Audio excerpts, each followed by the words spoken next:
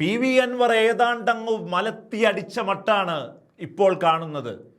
PV Anwar ആരാണ്? നിലമ്പൂരിൽ കോൺഗ്രസ് സ്ഥാനാർത്ഥിയെ ചതിയനെന്ന് വിളിച്ച, കൊള്ളരുതാത്തവനെന്ന് വിളിച്ച, രാഷ്ട്രീയ കേരളത്തിൽ നിലമ്പൂർ ഒരിക്കലും കൈ ചേർത്ത് നിർത്താൻ കഴിയാത്ത ആര്യാടൻ ഷൗക്കത്താണ് എന്ന് പോലും പറഞ്ഞ് നിലപാടുകളിൽ ഒരിക്കലും ഉറച്ചു നിൽക്കാൻ കഴിയാത്ത ഒരു നേതാവായി മാറിയ PV അൻവർ ഇപ്പോൾ അങ്ങോട്ടെല്ലാം മലർത്തിയടിക്കുമെന്ന് കോൺഗ്രസ്സുകാർ പറയുമ്പോൾ അൻവർ ഇങ്ങനെ ബേപ്പൂരിന്റെ തെരുവിലൂടെ അങ്ങാടികളിലൂടെ നടന്നിട്ട് പറയാ, മത്സരിക്കാൻ റിയാസിന് ഈ നാട് ഒരുക്കമല്ലെങ്കിൽ തോറ്റുപോയി എന്ന് സമ്മതിക്കാനുള്ള ആണത്തം ഉണ്ടാവണമെന്ന് എല്ലാം അൻവർ തന്നെ ഉറപ്പിക്കുന്നു. അൻവർ തന്നെ മറുപടിയും പറയുന്നു. ഇന്ന് വരെ റിയാസ് ഈ വിഷയത്തിൽ ഒരു പ്രതികരണം പോലും നടത്തിയിട്ടില്ല.